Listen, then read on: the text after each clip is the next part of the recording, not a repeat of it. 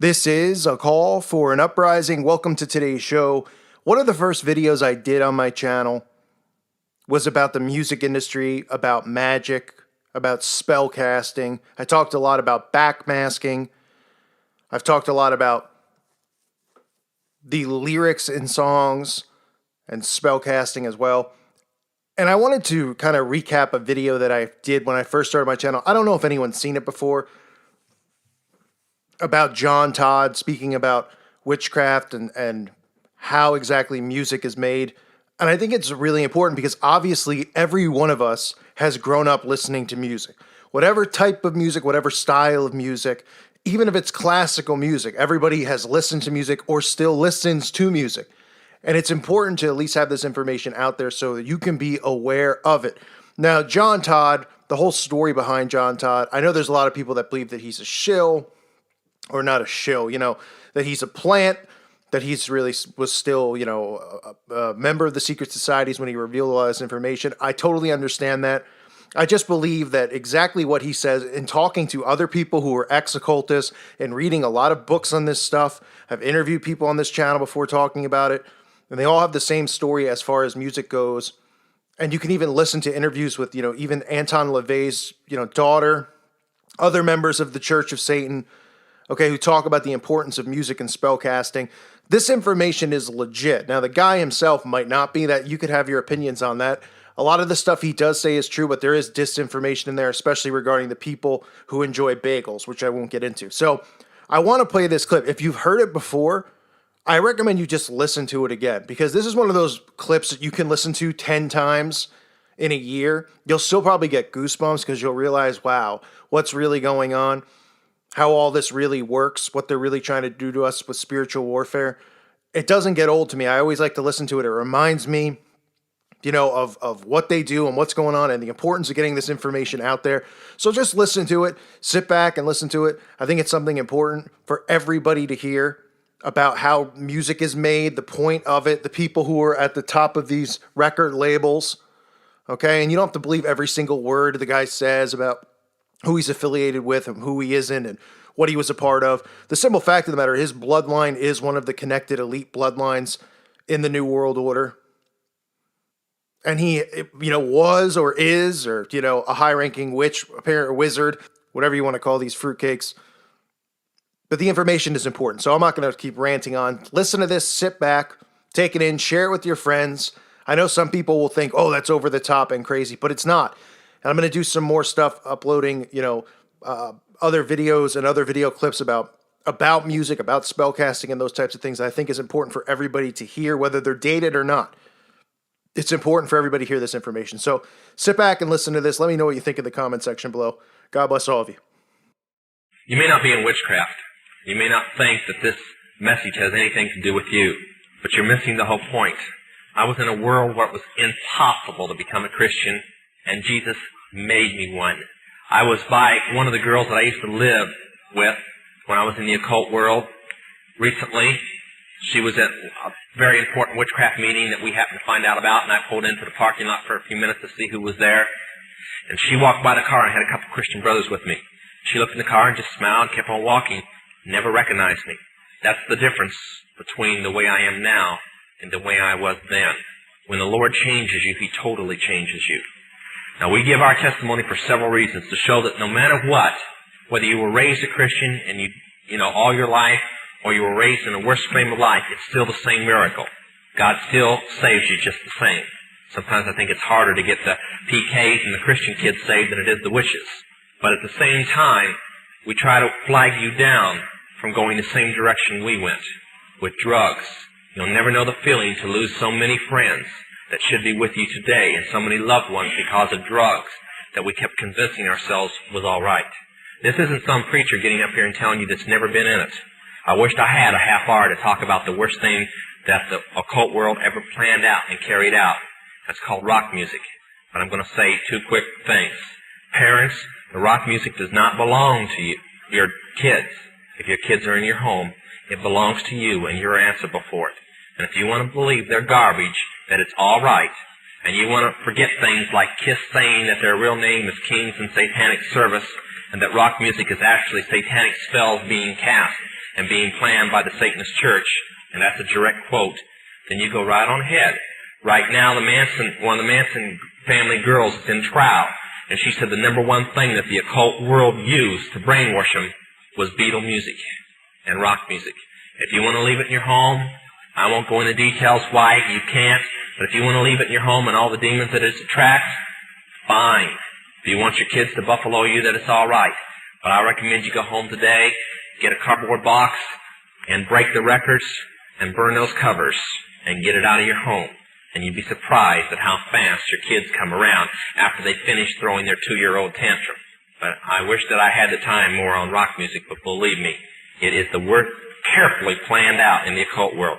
We spent $8 million to produce Jesus rock music and paid the man who started it, named Chuck Smith, just because Christians were destroying rock music and we were afraid that it would be banned from the Christian church. So we carefully put it in the form of Christian rock music. So if they would spend $8 million to keep rock music in your hands, then the hardcore rock must be even worse. And it is. I'm going to... Okay, Pastor. I don't mind. I drove all day so I could say these things. I was the manager of Zodiac Productions, which Zodiac Productions' name's been changed since then. I'm not even sure what they call it now, but it's the largest music conglomerate in the world. It owns RCA Records, Columbia Records, Motown Records, owns almost all the concert booking agencies in the United States. And that's not even the name of the company that owns it. The name of the company that owns it is Brenner Enterprises, and Brenner Enterprises is owned by Chase Manhattan.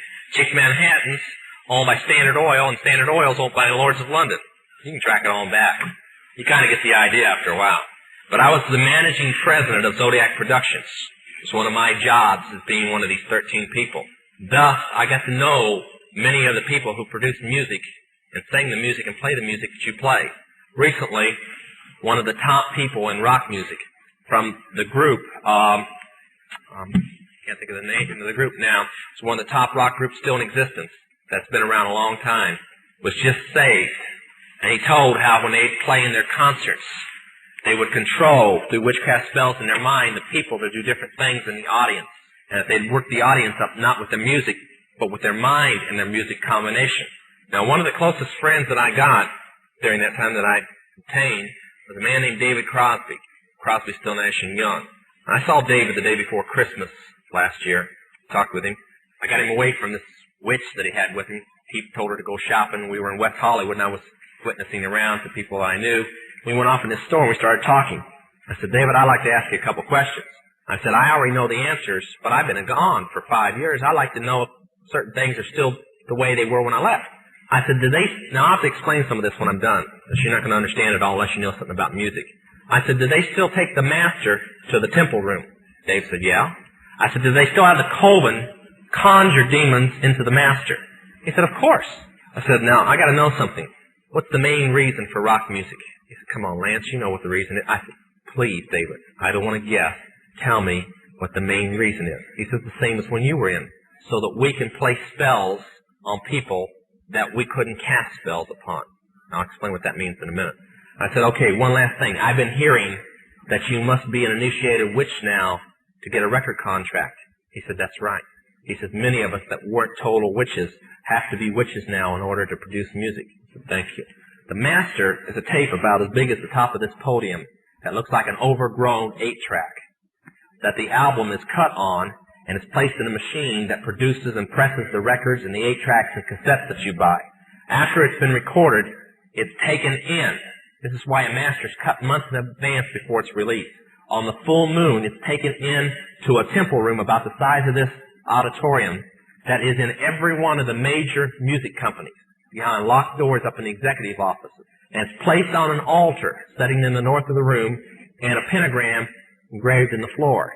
And 13 hand-chosen witches and wizards and a coven come in and conjure a principality or a power up, usually Regia or something like that, and order him to tell the demons under him to follow every record and every tape coming off of that master.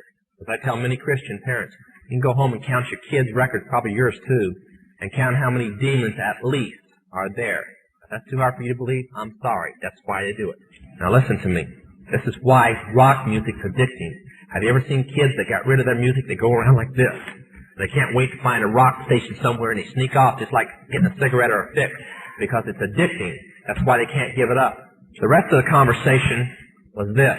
You can't cast a spell on a Christian, but you can get a Christian to cast a spell on themselves. If you give the permission for the spell to work, being a Christian won't block it.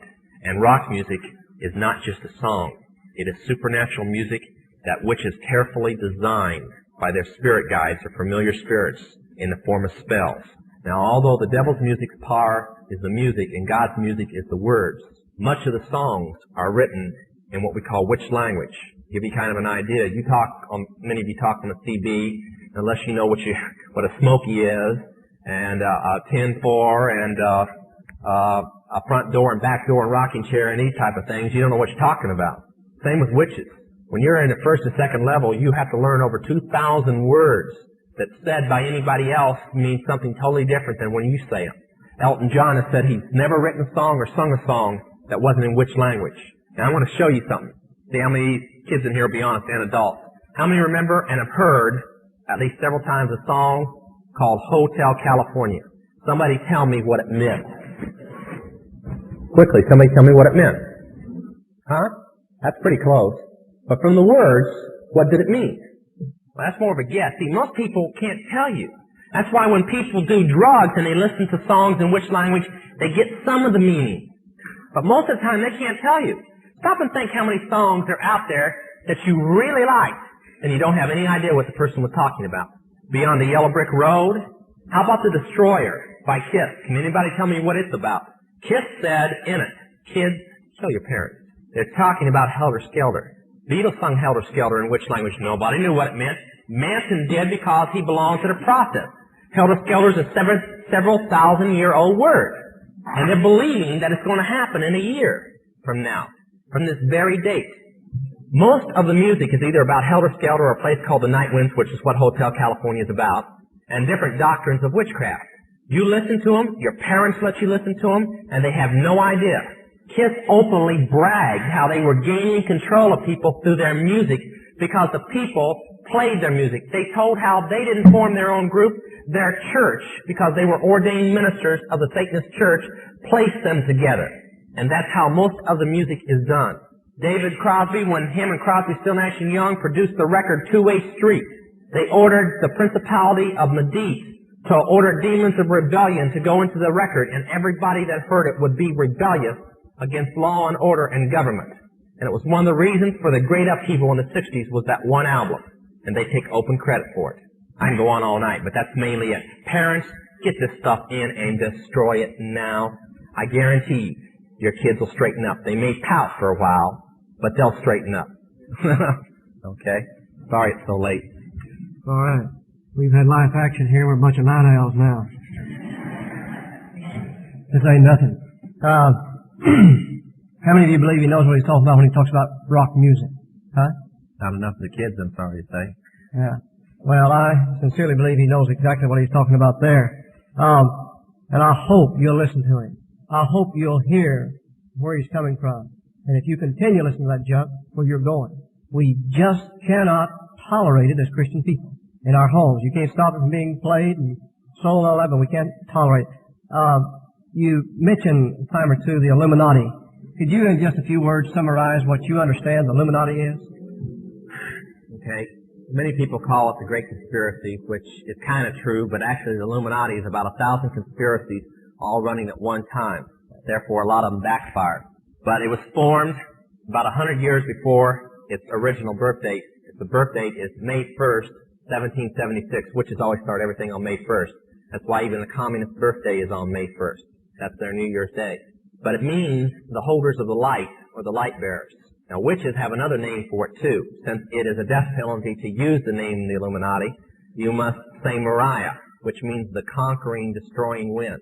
But its belief is that Lucifer is God, and that everything else is imposter, and that Lucifer can bring peace to the world by his lifters, or upholders, conspiracy. And they're going to conspire and conspire and conspire till they have a world government. Sometimes I wonder why they could be so dumb that they're doing exactly what is going to lead to their destruction. But then that's usually how the devil is. He keeps everything in darkness. But that's the Illuminati. It's a world conspiracy, and I might add, an extremely powerful one. The occult is its religion. Now, many of you are doctors, lawyers, mechanics, construction workers, businessmen, whatever. Most of you are Christians and Baptists, okay? But he's your minister, or at least if you're from this church. And the Illuminati, they all have jobs. But the witches are their ministers. But they're all Luciferians. The witches are the ministers, and they're the church members, and the religion is Luciferianism. Now, the real Illuminati, the organization itself, is financially powerful and politically motivated. Through their finance, they have an old witch's room, which is kind of a saying, a poem. They say, let the kings be kings, let the bankers be bankers, and let the priests be priests. Translated, it simply means that it doesn't matter who rules, as long as the bankers have the money, they'll own the person who rules. And the priest will run the bankers. That's the Illuminati. Okay. You mentioned, John, some publication you said might be out in about 3 months. What is that again? It's called Riot and Revolution. It's by Tom Berry, a classmate of my pastor, Roland Rasmussen, graduate from Bob Jones, a doctor in divinity. And it takes the plan of the Illuminati for helter-skelter and gaining control of the world. It takes some of my testimony to justify it, and then it gives an answer to Christians what to do during helter-skelter. Now, where did the material come from, and how did he get it? Some of it came from me, and some of it came from another minister named Joe Boyd. Some of it came from Jack Hounds. He's gathered. Also, he had about 20 pages of notes when I met him, which he said he gained by going through about 2,000 books. I think we're on the Illuminati and the Bilderbergers. Okay? Yeah. Satan worshippers believe in Satan. Witches, the lower 3 levels, believe in gods or else God's self, in ESP and so on. They believe in plural gods like the mother goddess Isis and so on. Or the higher levels are Luciferians, which believe in one God and the minor gods being in the Rothschilds. Okay? That's the difference. You mean the average witch is not taught that there is such a being as Lucifer or the devil? Well, for one, when you believe in Lucifer, you don't believe he's the devil. Okay? No. They believe in the mother goddess, which is called by many names, as the poem about her goes. Diana, Isis, Asherah, which was the female side of Baal.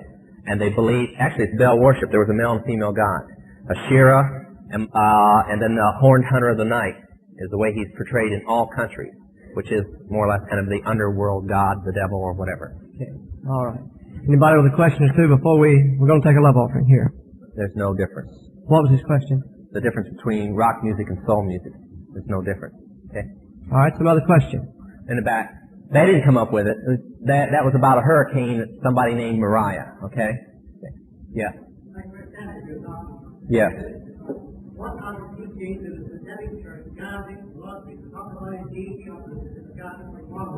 In the Satanist church, Christ and Jesus are the same person. Okay? No, that's the teaching. In the Satanist church, Christ, Jesus Christ, and Satan are the same person. That's the Satanist belief. And the Luciferian, they believe that Jesus Christ is the God of evil. Okay? Like we would feel about the devil, they feel about Jesus. And Lucifer, they feel towards him like we feel about Jesus. That's what they teach. Okay? Odine? I don't know what he said, but it must have been good.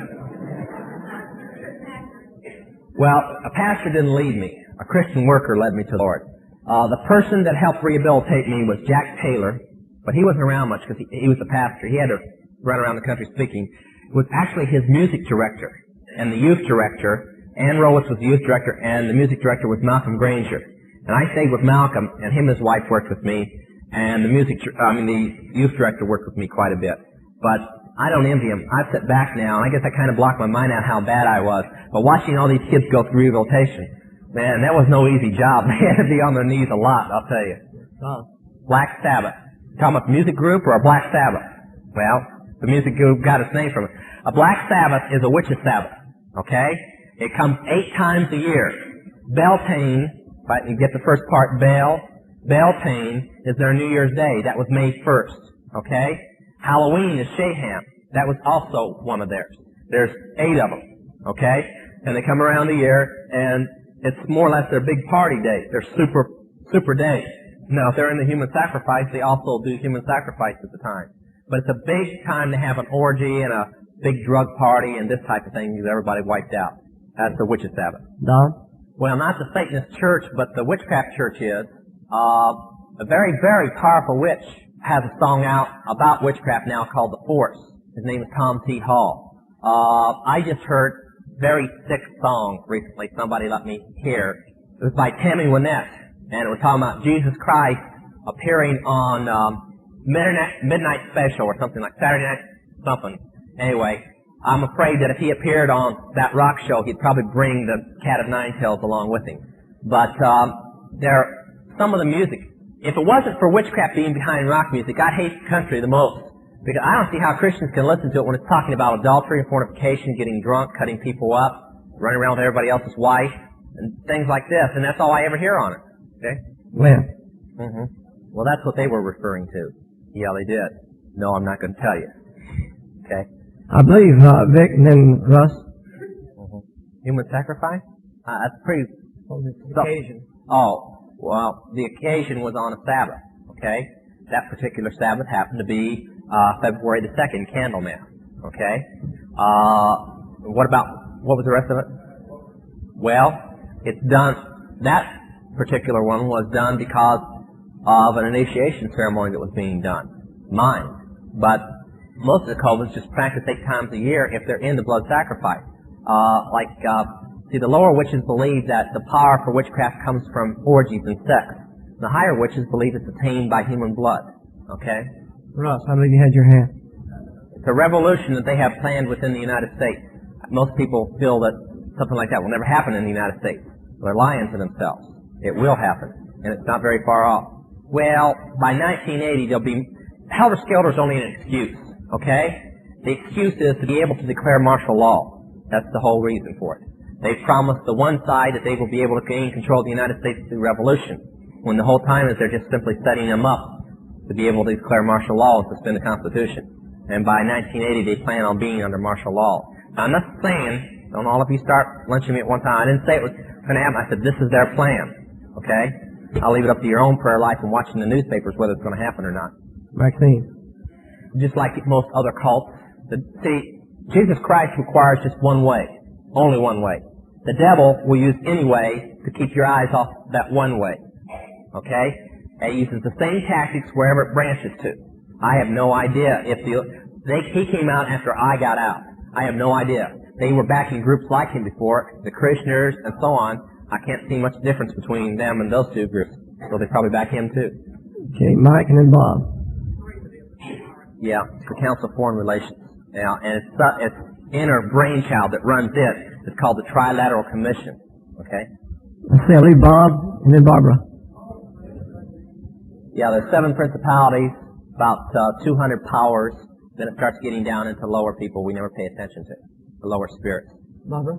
Yeah, I want to go to all just recently, about 3 weeks ago in April.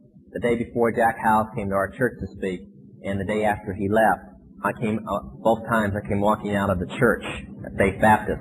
One time I got in my car, started to drive off in the parking lot, about 30 people were standing around, and a passing car opened up on us with a gun. And then, that was Sunday night. Then Wednesday night of that week, I was walking out into the parking lot prior to the church letting out with a couple of brothers. And when we dug the bullets out of where they hit, they had fired twice at us, and the bullets were 44 caliber, 44 Magnum. So they don't play around. And the range was so close, it was from the back of that wall to here. You know that the Lord is in it. It really makes you appreciate His divine protection, let me tell you. Ruth? That world takeover plan ended with World War III. But one of the teachings is that when Lucifer sets up his kingdom, okay, that through World War III, most of the civilized world as it exists now will be in rubble. And the one protected capital that they have purposely kept all missiles away from both sides, is Jerusalem. And they plan on using Jerusalem to set up from there, okay? Do they believe that Adam's original home, or the Garden of Eden, rests where Jerusalem is? So they're going to rule from there. Mike and then Robin, we better let that maybe very quick. The church that I attend and a member of is Faith Baptist in Canoga Park, Dr. Rasmussen. The work where it's at the house has got to remain a silence. Okay? Very well. All of our church walk around, people trying to find out where it's at, and everybody, shh. It's like the unspeakable secret. Okay? Everybody knows, but nobody says. He was a member of the Process Church of the Final Judgment, which in California is called Universal Church Triumphant Summit International. They always like these names. Okay? Okay, let's see. Randy?